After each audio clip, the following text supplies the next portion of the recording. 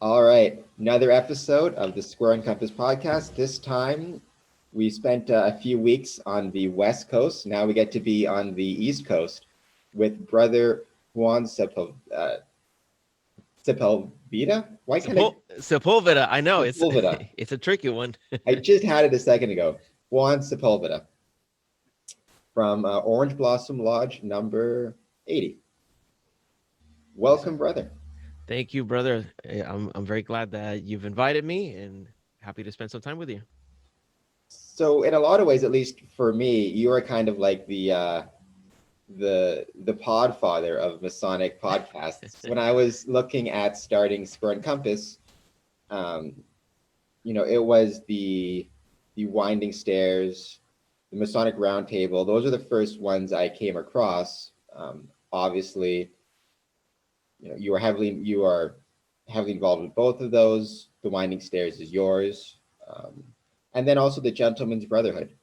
Hmm. All of which I came across, all of which have either are directly influenced by Freemasonry or about Freemasonry, or have Masonic insights, such as the Hmm. Gentleman's Brotherhood, kind of tied throughout it.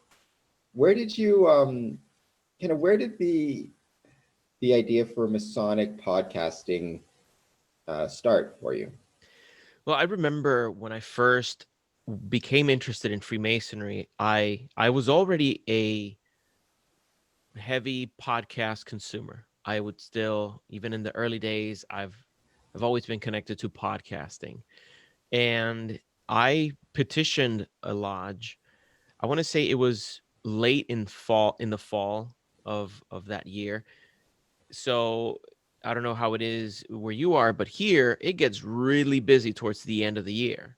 There's election of officers, there's that transition between one group of officers and the next. So there's almost like there tends to be a radio silence between potential candidates and the lodge. And I wasn't necessarily warned about it. So to me, it felt like, okay, I was in standby. I didn't know had they accepted me. I didn't know if they had any questions. I couldn't tell if they were contacting the people that I put down as references. And but yet I was very interested in continuing to learn more about Freemasonry. So I went down the podcast route and I found there was a podcast at that time called The Digital Freemason. And had he would create he would read some Masonic bulletins or short Masonic education in digital format. And there was also Robert Johnson had Whence Came You, and we have become very close friends since then. Uh, and also Eric Diamond, he was behind Ex Oriente. So even though I didn't have direct contact with the lodge that I had petitioned, I had this constant contact with Masonic topics, and I continued to nourish my mind when it came to the subject matter of Freemasonry. So that is what got me lined up with Masonic podcasting from the consumer point of view. And I can tell you about how I became a podcaster was that after having spent some time in lodge, so I was admitted into the order, and I became very involved in my lodge. But the dynamics here in my home changed dramatically, where it was not easy for me to continue committing to going to lodge as a leader, because my wife at the time was the main um, source of income in the household. Because I work from home, I have flexibility to do anything, but I couldn't necessarily commit to continuing in the line. And it got to a point where I wasn't even going to lodge. I couldn't go to lodge, but I still had that desire to learn, implement, and teach, or influence when it came to Masonic education. And I said, it became super obvious to me that one route for me to go and continue learning, implementing, and teaching was in a virtual setting. So that's how the Winding Stairs was born.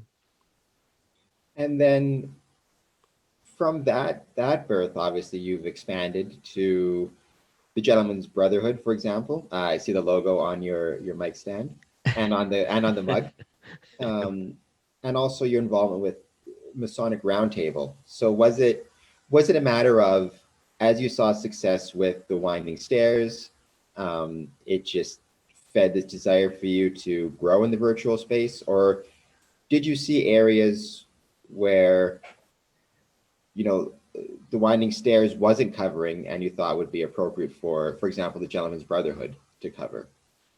Because obviously one has more of a Masonic bent, one has more of just a general um, teachings about, being a gentleman, that type of thing, that type of teaching. So just how did the expansion in the virtual world come about? And that specific evolution happened because my interests aren't fully encompassed in masonry.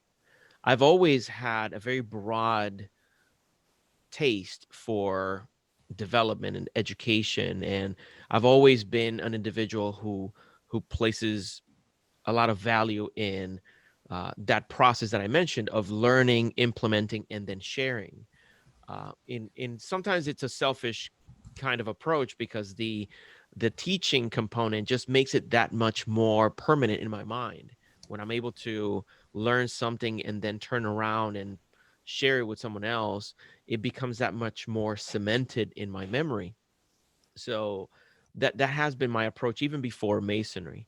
I am a professional artist, so the majority of my living comes from selling paintings and displaying art.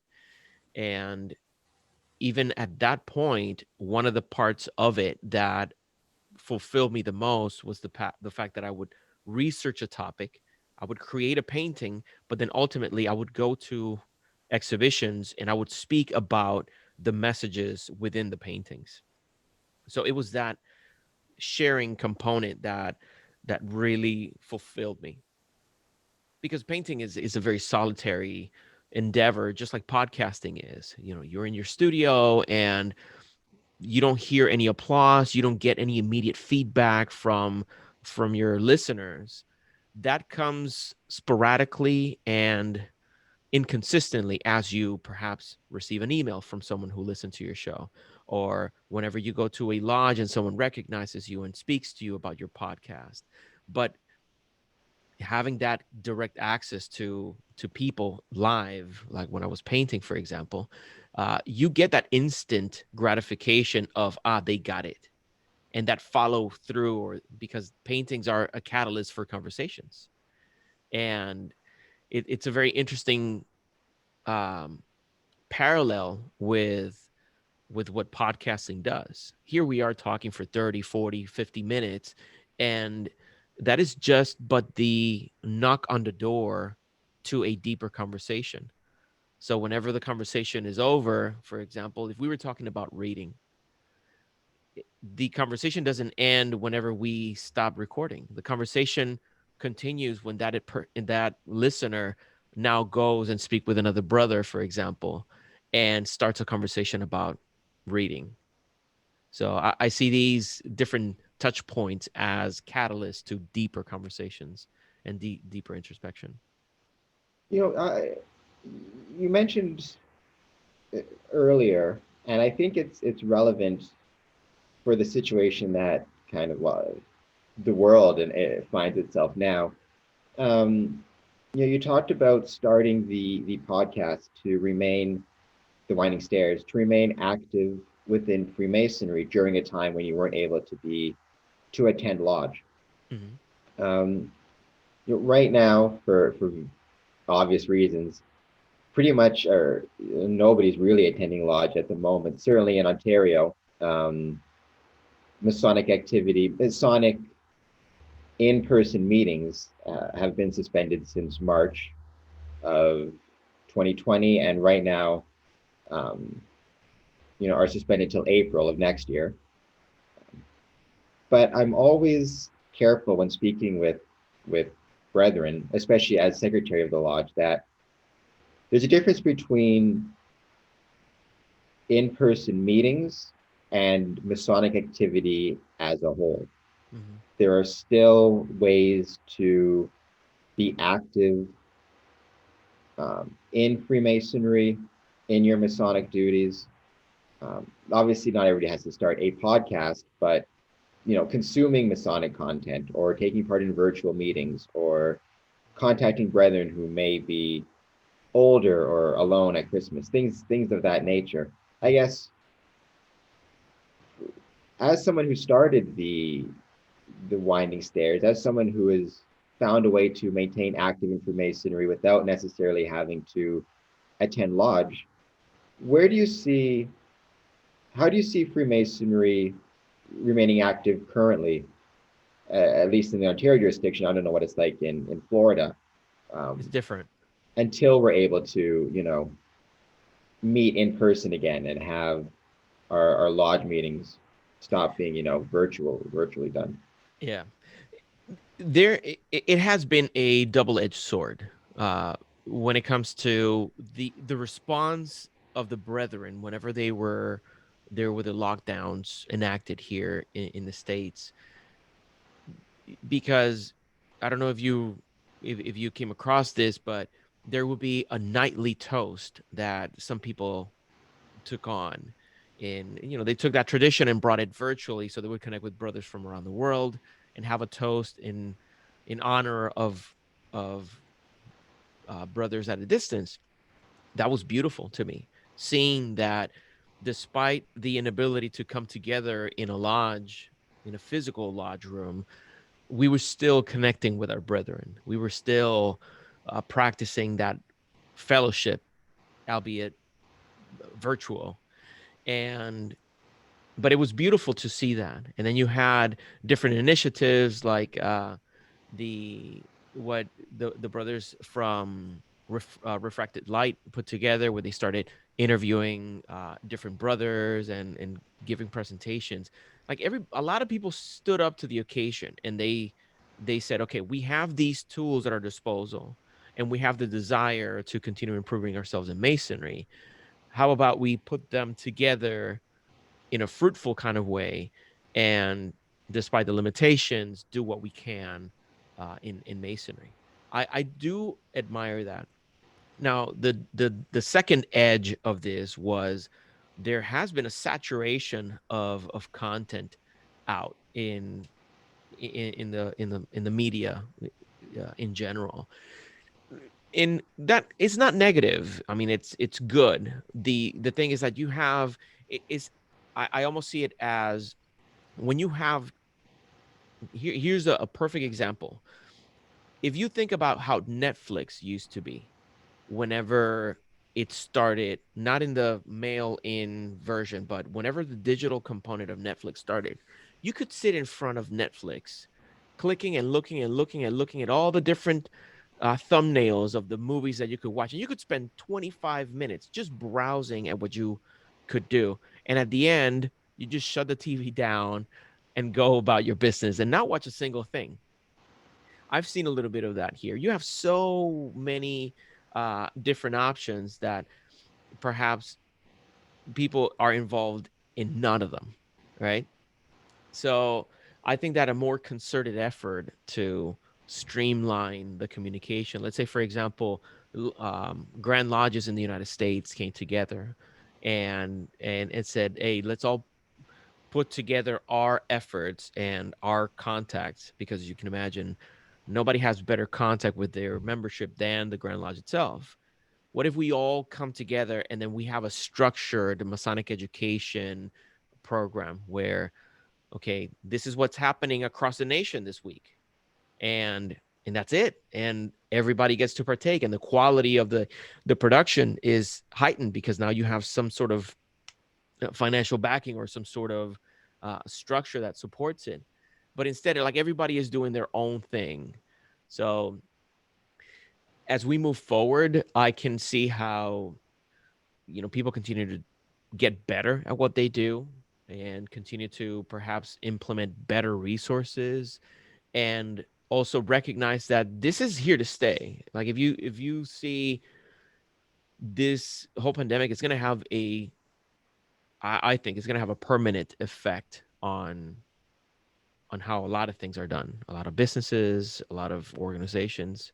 So I think that we need to start looking at the long term. How do we continue moving everything that can be virtual, everything that can be digital, how we do that in a tasteful and respectful and dignified manner, and then only leave for in person whatever has to be done in person.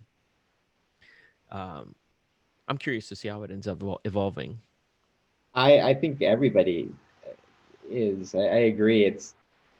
I don't think anybody quite knows what this is going to look like down the line. I suppose I had a video.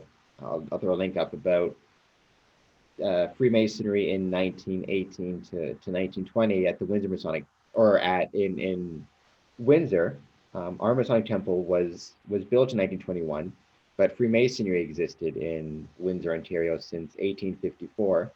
So we have minute books going back to that time, but we have minute books from the 1918 to 1920 pandemic. Um, Wow.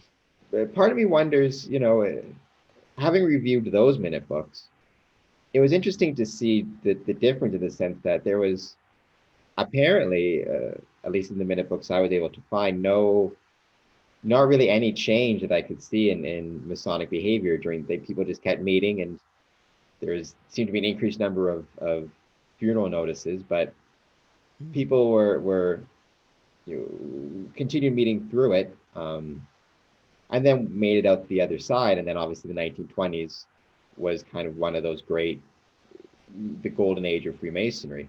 Mm-hmm. So part of me wonders if people, once this is all done, people will be so kind of starved for in-person contact again that we may see another Masonic Renaissance, or will people be so hesitant to be in public because we've kind of been trained to socially distance and isolate for good reason, that will people be hesitant to take part in large gatherings? I don't know. Will we see another will the 2020s be equivalent to the 1920s, or will it be something different? That it would be interesting to see. The one thing that we had going for ourselves then was a more refined focus when it came to alternatives of entertainment or alternatives of socializing. Right now, I am in touch with anybody who is important to me on a constant basis. Granted, it's virtual, but I am very well connected to everybody. So will I have that need to actually see them physically? Um, of course, there's a difference, and I want to see people. Um, but also think about all the different things that could keep people busy. There's a part of me that doesn't think that there's going to be a significant boom in masonry. I don't want to be pessimistic, but I'm trying to be more realistic about, even when we had access to in person meetings, the decline wasn't slowed down. There was a steep decline in membership and participation. Yeah, that's true. I don't trying to think of the refined, because the gentleman's brotherhood, the gentlemanly way to say it. Part of me wonders though if for a lot of guys before March of this year or January of this year, when people started talking about locking down, if Freemasonry was kind of like, to be crude about it, kind of the girl on the side, or the side chick, the idea that it's always going to be there. So if I don't make this meeting, that's okay. They'll welcome me at the next meeting. And if I don't make the next meeting, they welcome me at the next meeting. It's hard to miss something if it's always theoretically there. Yeah. But when it's actually no longer the case, I wonder how many Masons in February didn't attend lodge with the thought, I'll just go in March, at least in Ontario. Uh-huh. And then, the last day of February, suddenly, no, you can't come in March. And as of now, you can't come for over a year. It will be by the time the lockdown. Yeah, So that's a good my con. my hope is perhaps we'll see guys, you know, because it was gone for so long, be more inclined to take the time to show up out of fear Mhm. that it might go away again, especially if we now know that lockdowns are possible and the next virus that comes along, we might not always have the option or the opportunity. True. No, that's a very good logic, and I do hope people come back. And I'll give you my personal experience here in Florida. The We have been more, how can I say this? It took us a while to shut down. It took Freemasonry a while to actually say, okay, no meetings. At first, I want to say during March, and I want to say like the dates are fuzzy in my mind, but I want to say during the whole month of March, people were still meeting. And I could remember the Grand Master having some periodical communications with the membership, saying, "Okay, we're keeping an eye on this. Make sure that you're social distancing or what have you." And then eventually they said, "Okay, no meetings until this time." And I think they got postponed until sometime in July. But then little by little they started, okay, it's okay for you to come back, but every lodge needs to have hand sanitizer at different stations. They need to have social distancing, and masks are encouraged. And I went to only one meeting, and I did not feel comfortable at all, because not everybody was wearing masks at the time. It was more of a, okay, it's up to you if you want to wear the mask, or keep your keep social distance. But there were some individuals that it was, for them it was business as usual, and I that made me nervous. I said, okay, not everyone is heeding the advice, and I don't think I want to put myself in a situation where I'm making myself and my family vulnerable. So I decided at the time, okay, I'm not coming back to lodge until I feel comfortable coming back. So I have no plans whatsoever on going back to lodge until next year sometime, and I'll keep monitoring that. The good thing is that I put at the service of the worshipful master my expertise. I have been a digital Freemason basically for better part of almost a decade. So I have the resources in order to bring people together and for to facilitate education in a meaningful kind of way. So What is that? That brings us to kind of I've talked about this with a few of my guests.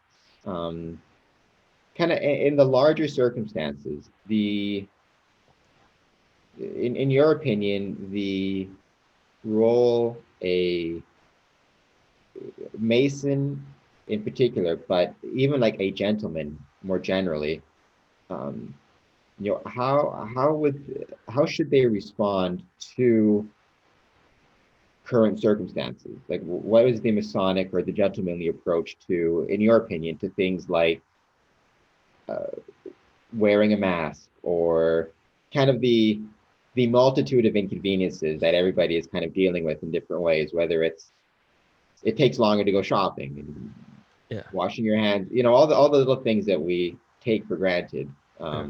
or we did take for granted. Everything seems to take a little bit longer and there's a little bit more work involved. What is kind of in your opinion, the Masonic or the gentlemanly approach to kind of living in a pandemic world? Yeah.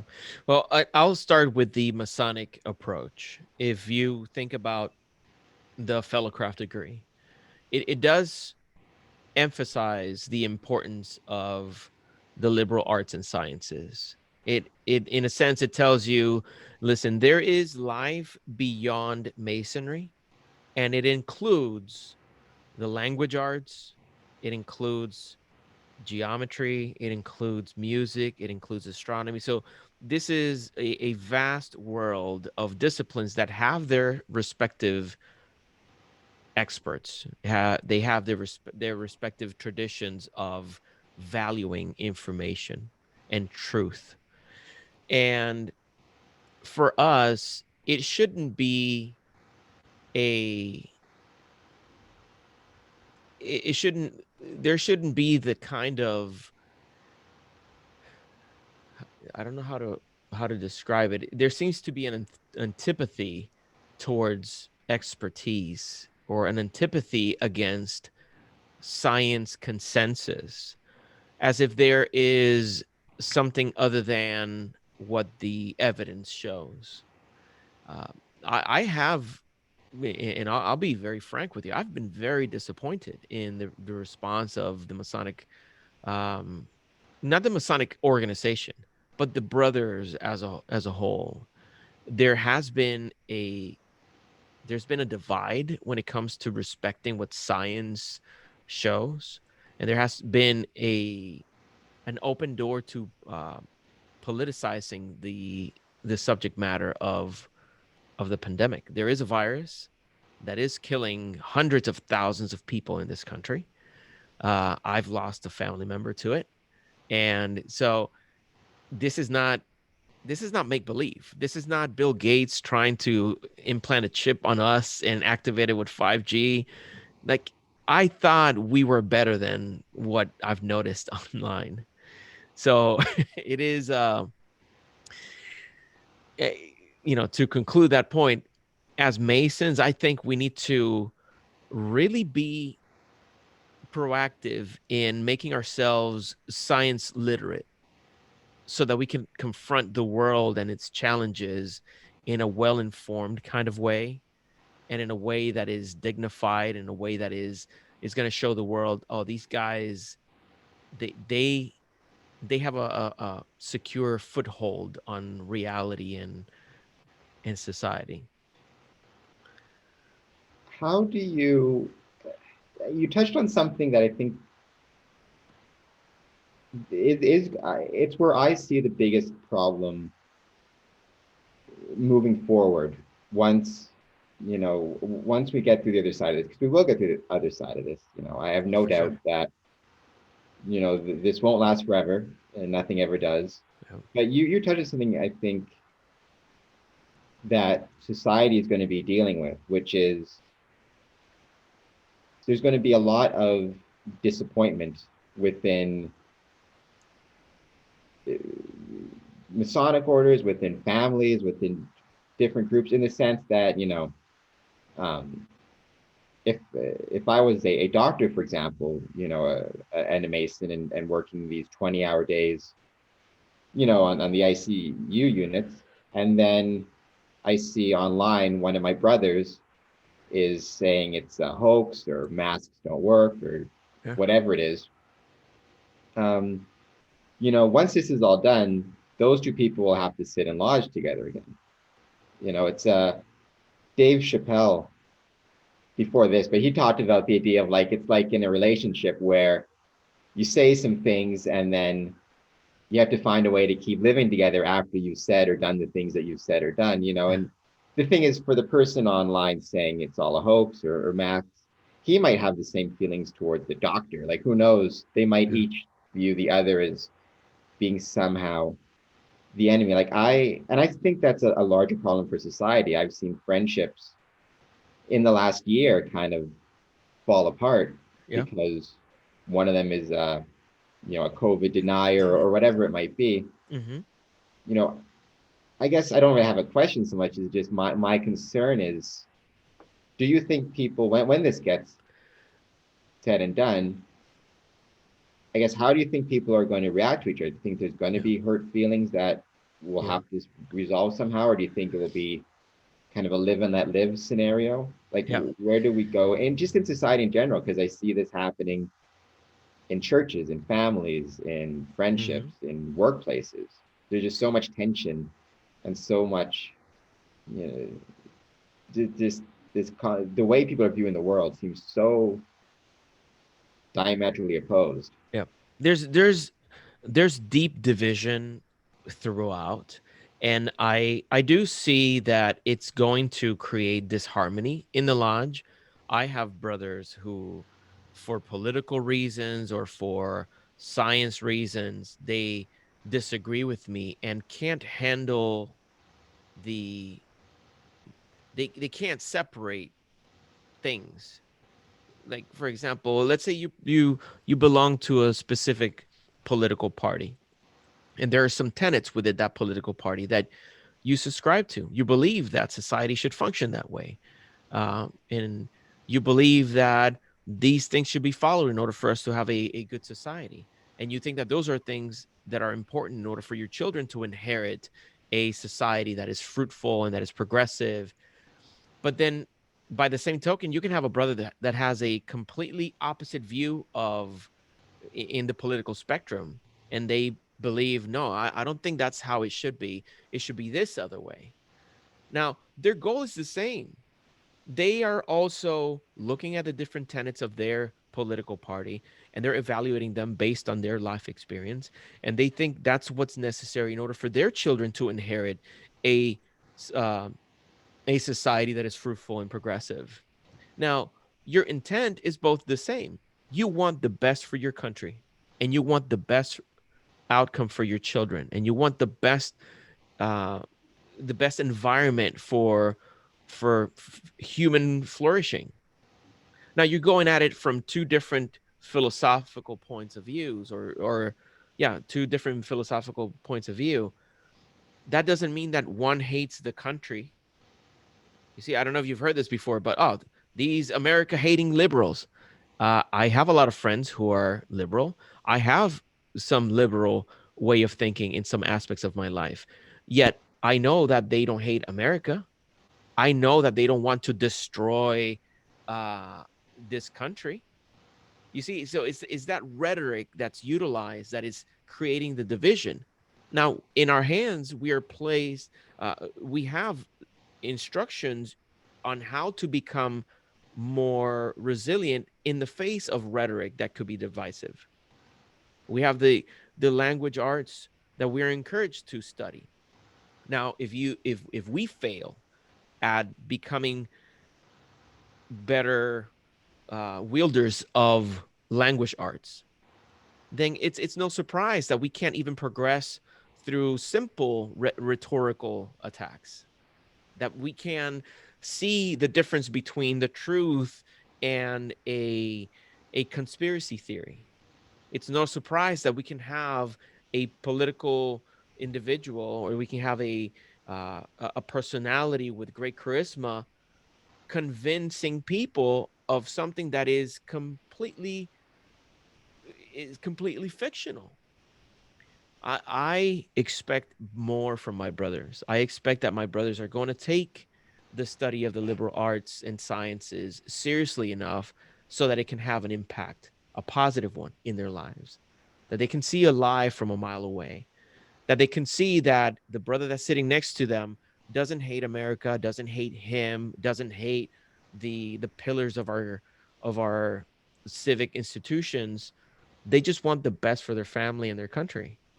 But it, it's almost it's almost like we can't do anything until we dominate the basics. Like, these are the basics of society. Learn how to speak properly, learn how to use language in order to convey your message adequately, and to protect yourself from nefarious attempts at divisiveness. But there's hope. Is the, and this is where the double-edged sword of the internet and kind of social media comes in handy, right? I'm pretty frequent on the social media side of things, because of the Scoring Compass podcast in particular. I always try to promote it through Facebook, through YouTube and Twitter and all of that. But I think you talk about, we gotta master the basics or understand the basics of rhetoric and of language. It seems like that is not a requirement on any type of social media site. Oh no, we know And that. also the thing is, if you put it out there, especially now, I wonder if there's so much on there now that there's like a weird kind of and a protective factor that way, in the sense that there's so much, like you talk about Netflix, there's so much kind of garbage on there. It's hard to necessarily focus on any one thing because there's so much of it. But I have seen, um, Masons and non-Masons alike, fall down rabbit holes Yeah. on social media, where they post something that encourages them to check something else, which checks something else, and next thing you know, um, they have some very interesting ideas, shall we say. Mm-hmm. But they, especially with no in-person lodge meetings, if you're spending all your time online, you don't, it's confirmation bias. You don't have somebody sitting next to you in lodge being like, that sounds like nonsense. Yeah. You just have the guy on Twitter saying, no, you're right to feel this way, or whatever it is, right? Mm-hmm. So I guess it's just, that to me is something Freemasonry has to offer that is sorely lacking in the digital space, especially, which is, critical thinking skills, and also, maybe some pushback against confirmation bias, which seems to be a pretty rampant problem Yeah. nowadays. Well, the ecosystem of the internet is perfect for confirmation bias.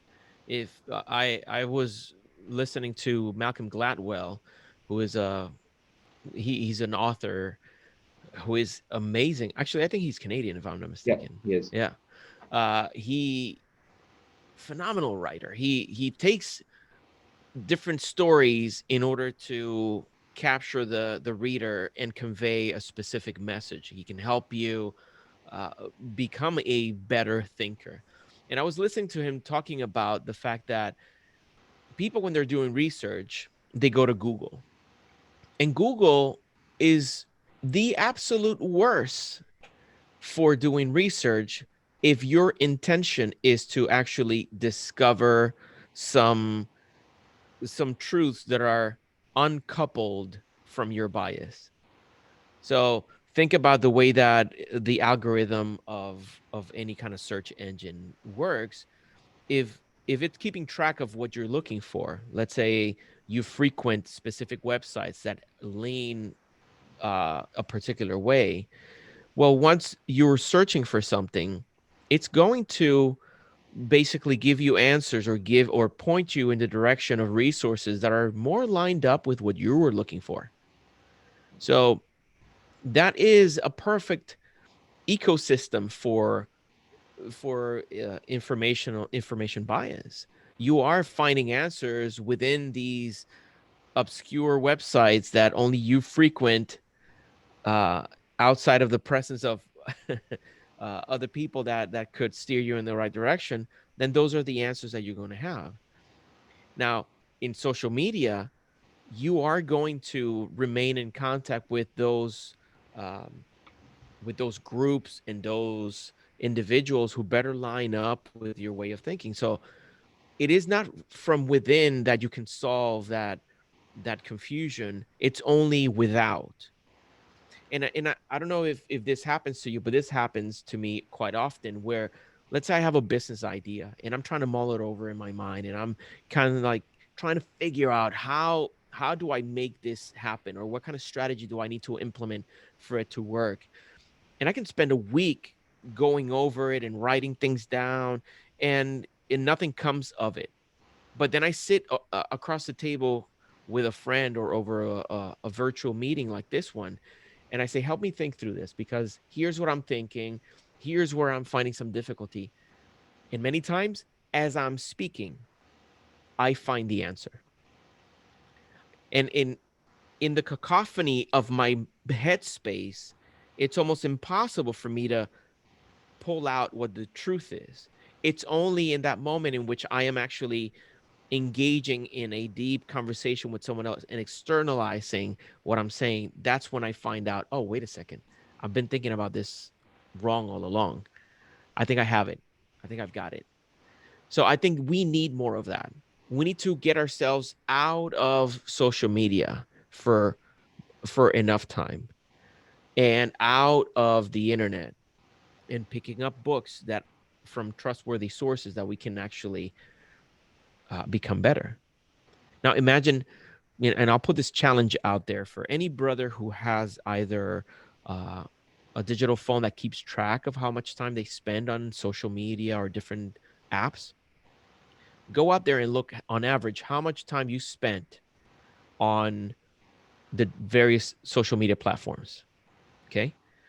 Now, take that amount of hours, because I guarantee you it's hours that we spend on social media. Take that amount of time and divide it into two. Now, half of that time, let's say you have 4 hours of social media last week, make a commitment to take 2 hours this upcoming week and schedule them solidly. Block them out in your calendar to sit down and read that book that you've been neglecting for a while. I challenge brothers to do that. I think that's a great challenge. I support that completely. I could use that challenge. But I wonder, do you think that with social media or the internet at large, is it a matter of, is the ground itself, are the platforms themselves like toxic, or is it just nobody's found the proper way to utilize them? I mean, I'm a big fan of Lex Friedman in the podcast world. Yeah. Lex, if you're watching this with my 461 subscribers, please come on the podcast. I'd like to talk to you. I've seen a few podcasts him talk about this idea. He says he has an idea of how to like create his own Twitter type thing. He thinks that the problem is it's just the way that these things have been set up, that they're not rewarding or encouraging the right behavior, but there's a way to set it up in a non-toxic way. I don't, I'm not sure, because this comes to the idea of Freemasonry in this space, is if the space itself is toxic, then it's very hard to use it properly. No matter how hard you try, you're gonna find it devolves into the not so good thing you talked about. Or do you think that there is kind of a way to game the system or create a new system in social media that rewards the correct things? It's just a matter of the right coding. Yeah, I love the question. Think about, let's use Facebook as the main example. Facebook is an infrastructure, and the content is, the content is the content. The content is the body of that infrastructure. So you have let's say a skeleton, for example. Facebook is the skeleton and the nervous system. Now the signals and the muscles, that's what content is, right?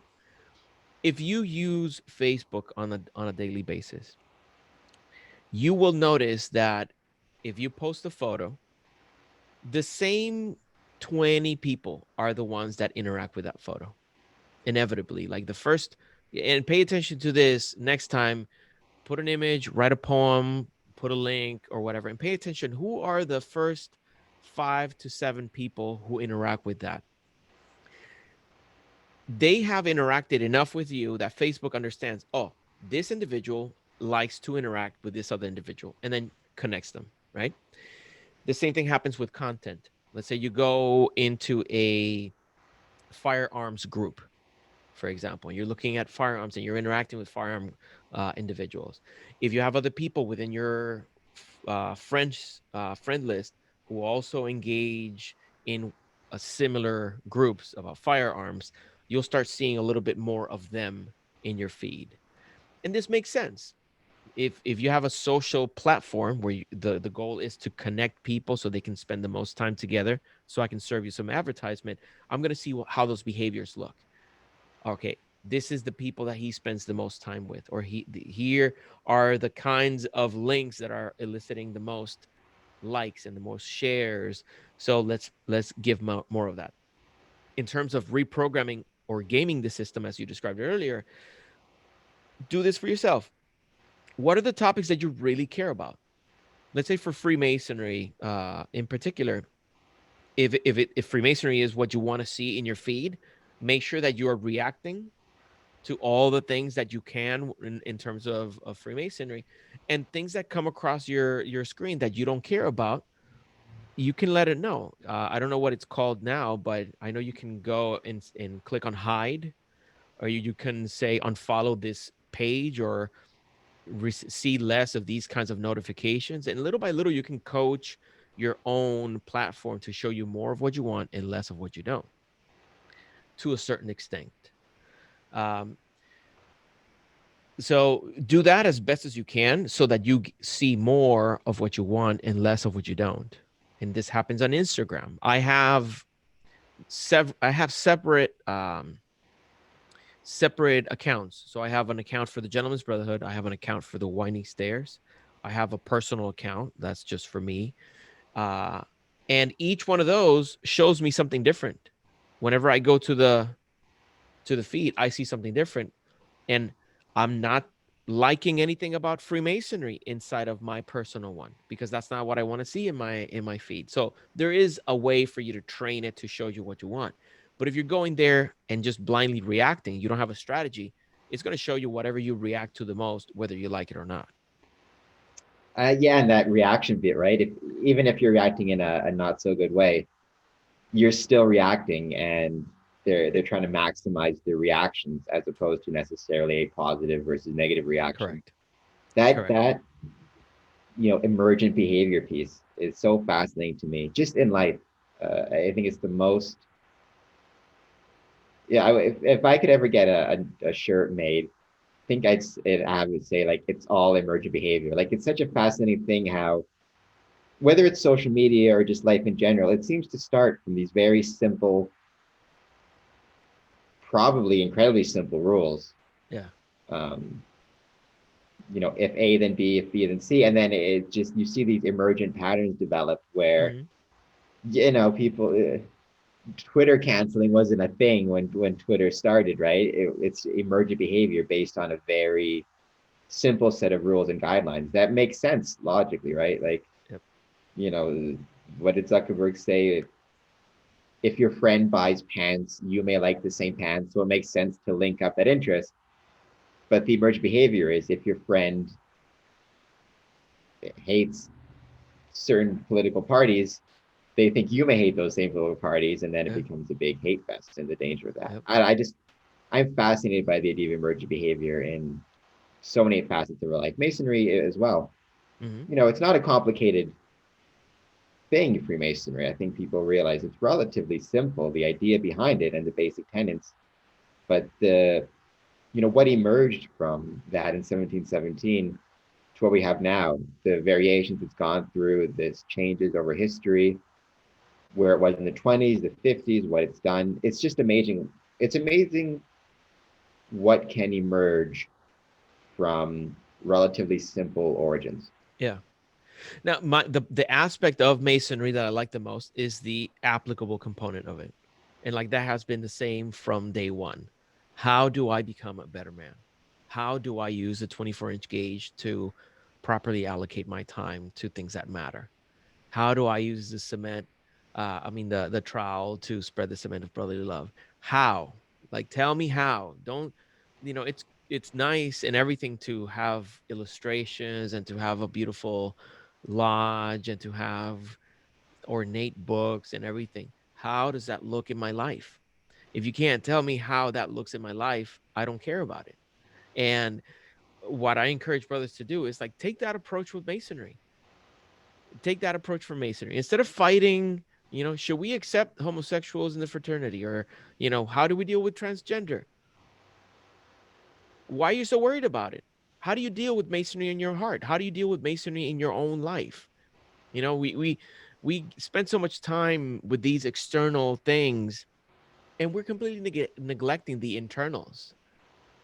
How are you becoming a better steward of your time? How are you becoming a better master over your passions? That's what should matter. And if you make that your priority in your Masonic career, people will notice.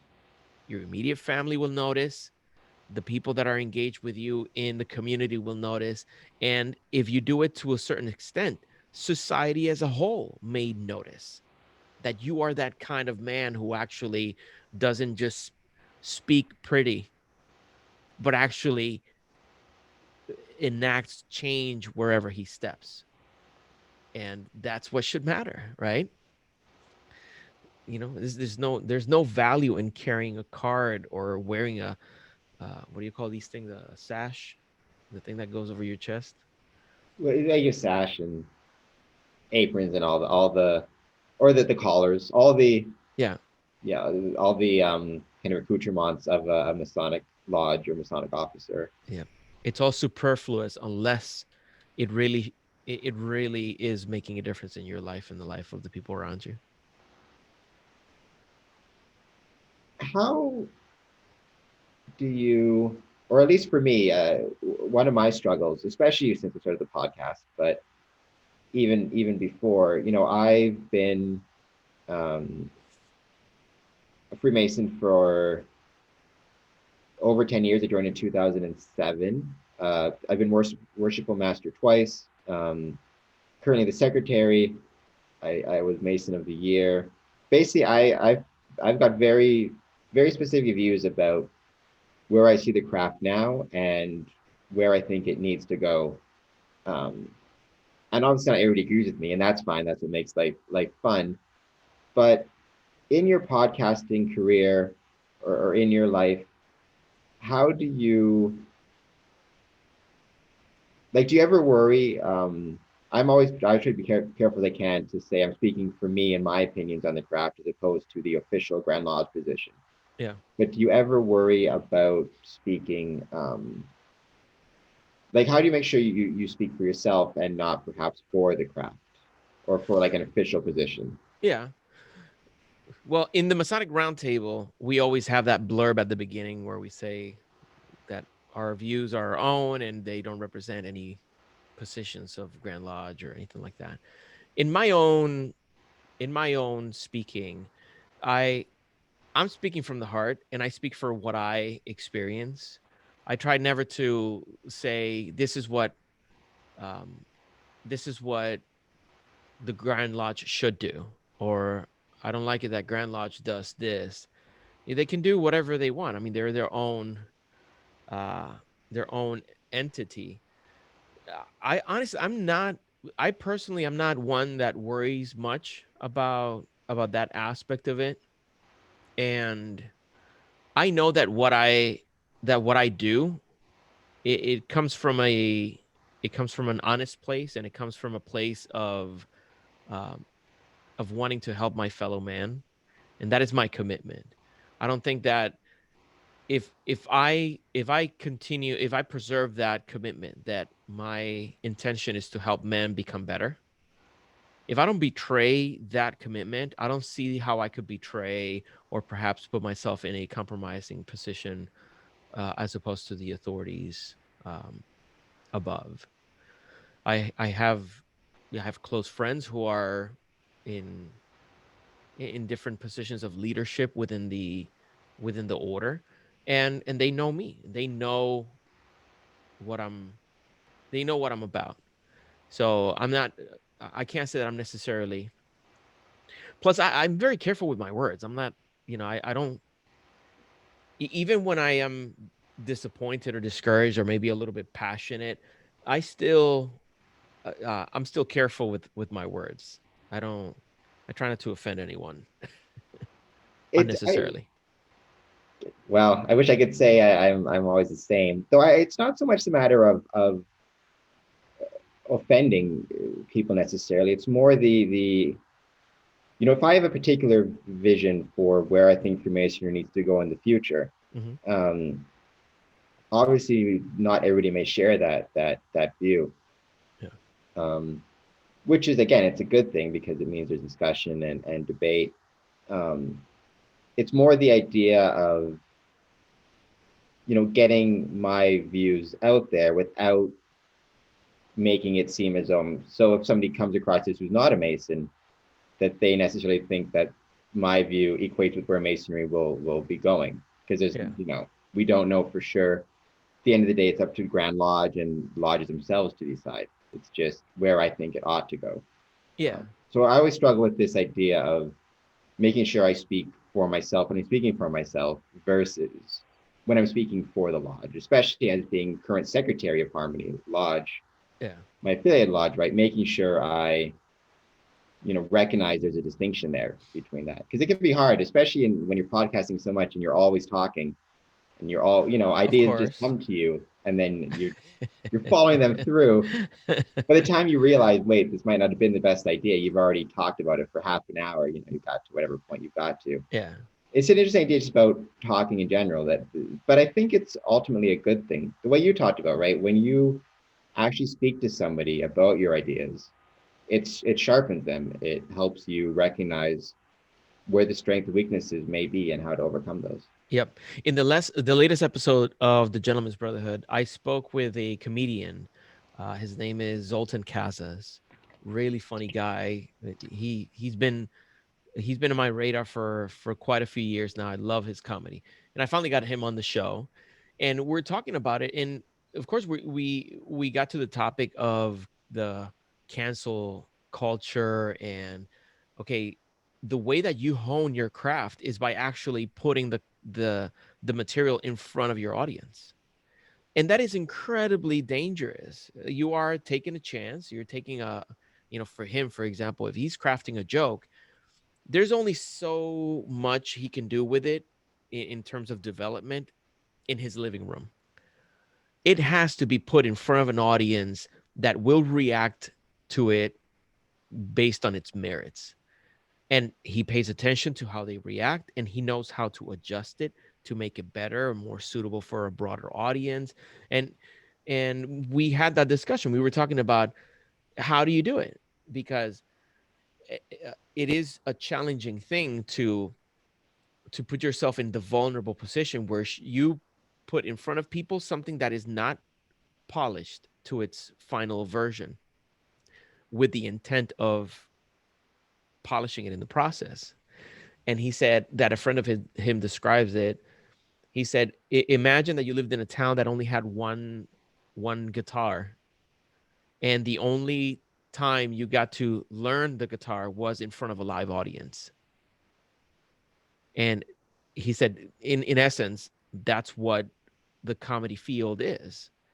And by consequence, what you and I do, where we have a structure, we have some ideas that we bring before our brothers, those ideas, you don't necessarily communicate them beforehand with anybody. You don't run them by some editor or someone who is going to uh, accept them or correct them. You bring them before your audience and they react accordingly. And my point is that it is important that we do this kind of work. It is important that we don't keep to ourselves our thoughts and our initiatives to enact some change. Granted, the organization may move much slower than you and I can, because there's so much red tape and there's so much tradition and things like that. And I respect that. But eventually they'll come over and agree with us. And you definitely, I think, need you need people on the outside, kind of, unless you view everything as hunky-dory, which I do not in Freemasonry. Unless you think everything is fine, you Yeah. need some people on the outside kind of pushing for changes or for reevaluation. Because in my opinion, it's very hard for change to come purely from within any organization. Mhm. Because there's so much red tape and also just institutional, like there's an inertia. Once a group, any group, government, gets big enough, um, it's like a giant, ship on the sea. It's very hard to just turn it around. Yeah. You need people on the outside kind of suggesting new ways to think and new ideas, is what I've always thought for Yeah. anything, whether it be masonry or politics or government or whatever it might be. Absolutely. And one thing to keep in mind too is, like, we are not infallible. As conceited as I may be, as self-assured as I may sound, I am not perfect, and I will make mistakes in my thought process, in my information gathering, in my delivery of information, and that should be okay. That should be acceptable for an individual to have an opinion today and for that opinion to be adjusted based on new evidence tomorrow. Part of the problem is that our society seems to chastise that kind of behavior. God forbid that a politician believes that there should be a universal uh, basic income 1 year and eventually find out that perhaps the economics don't work out in the long run, or perhaps finds out that that goes completely against his political party's position. God forbid that they change their mind, because then they are flip floppers and they are spineless and they are uh, just pushed by the wind.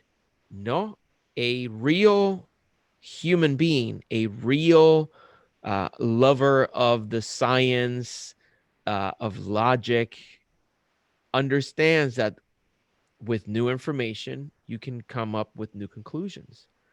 And I think it's healthy for us to understand that. For me to, let's say you and I start speaking and you start talking to me about the fact that you don't believe that polio is a big deal, and you didn't put, you didn't give your children the polio vaccine because you think that's some sort of uh, conspiracy to whatever. I may disagree with that and be disappointed in your point of view and concerned for the well being of your kids. But that doesn't mean that I should reject you as a human being or as a suitable uh, conversational, uh, you know, sparring opponent, because you may come across different information, or who knows, maybe I come across some real empirical data that, oh yeah, that particular vaccine was harmful, and now I change my mind. You see, so there needs to be that openness that we are an imperfect ashlar, and what we are here to do is to perfect ourselves in masonry, and that can be done if the expectation from us is perfection from the beginning. We can't achieve that if we have reluctance to admit our own failings when presented with new, more accurate information. If we are rough And that ashlers, and we're going to be imperfect. and that process is never done, right? I've always thought Never. that's one of the well, I guess it's good to have, the thing to strive for. Um, but in lodges, I've never been to a lodge in Florida, but I'm assuming it's the same in Ontario, right? We have in our lodge rooms the rough ashlar and the perfect ashlar. Um, but the point is, it's not a journey from the rough ashlar to the perfect ashlar. It's just from a rough ashlar to a less and less rough ashlar. So you That's never right. actually get. It's just the goal to strive for, but you're never going to get to the level of the perfect ashlar. Yeah. It's just a matter of constantly striving to become as perfect as you can be in your, as you said, in your day-to-day life. Yeah. Absolutely. I think that's a healthy approach. Yeah. The pursuit of perfection is just that, is a pursuit. It's never the attainment of it. So I definitely think that when it comes to pursuing Masonic perfection, you've provided a lot of men and brothers with some truly excellent resources, Thank you. myself included. Uh, I will leave some links in the description to this video, but give a quick plug for your stuff because people should check it out. Thank you. You can find my podcast and my art, my Masonic art, by going to thewindingstairs.com. And if you are interested in what it means to be a man and a gentleman in the 21st century, we're exploring that together at thegentleman'sbrotherhood.com. So I invite you to be a part of that.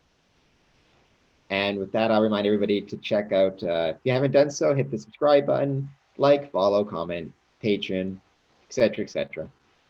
Thank you so much, Brother Juan Sepulveda. Every time. Sepulveda. There you go. There we go. Juan Sepulveda, thank you so much. And we just got word here in Ontario that we're probably going to be in a month-long lockdown starting around Christmas or Boxing Day. I don't know what it's like in Florida in terms of lockdowns, but stay safe. Hope your family stays safe, and all your Masonic brethren. Thank you, my brother. It's been a pleasure.